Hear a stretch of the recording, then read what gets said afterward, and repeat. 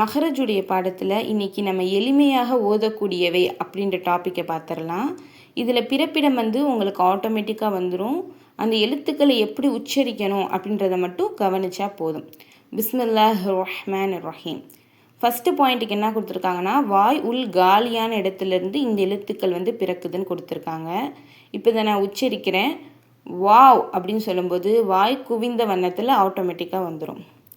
அலிஃப் அப்படின்னு சொல்லும்போது வாயோட உள் காலியான இடத்துலேருந்து தான் பிறக்கும், ஆனால் கொஞ்சம் லேசாக பிறக்கும். யா அப்படின்னு சொல்லும் பொழுது வாயோட உள் காலியான இடத்துலேருந்து தான் பிறக்கும், இன்னும் கொஞ்சம் அழுத்தமாக சொல்லுவோம். இந்த யா அப்படின்னு சொல்லும்போது அலிஃபை விட கொஞ்சம் அழுத்தமாக இருக்கும்.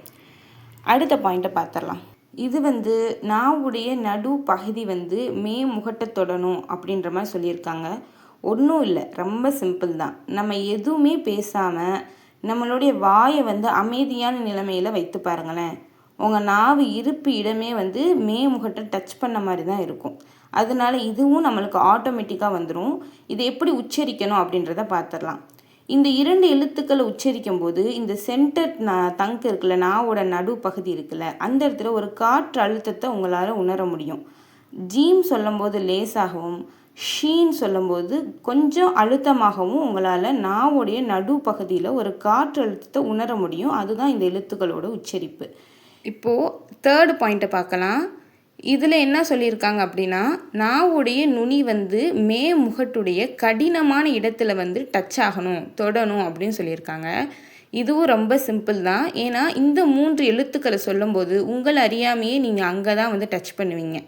நாவோட நுனியிலேருந்து தான் அது உங்களுக்கு பிறக்கவே செய்யும். அது பிறக்கும் பொழுது எப்படி உச்சரிக்கணும் அப்படின்றத பார்த்துடலாம். ரா சொல்லும் பொழுது உங்களுடைய நுனி நாவில் ஒரு அதிர்வு உங்களுக்கு ஃபீல் ஆகும். லாம் சொல்லும் பொழுது கொஞ்சம் லேசாகவும், நூன் சொல்லும்போது கொஞ்சம் அழுத்தமாகவும் உங்களுக்கு ஃபீல் ஆகும். இந்த 3 எழுத்துக்களில் நீங்கள் சொல்லி பாருங்கள், ஆட்டோமேட்டிக்காக இங்கே தான் டச் ஆகும். இது அதிர்வுக்கு உண்டாகும், இது லேசுக்கு உண்டாகும், இன்னும் இது கொஞ்சம் அழுத்தமாக இருக்கும்.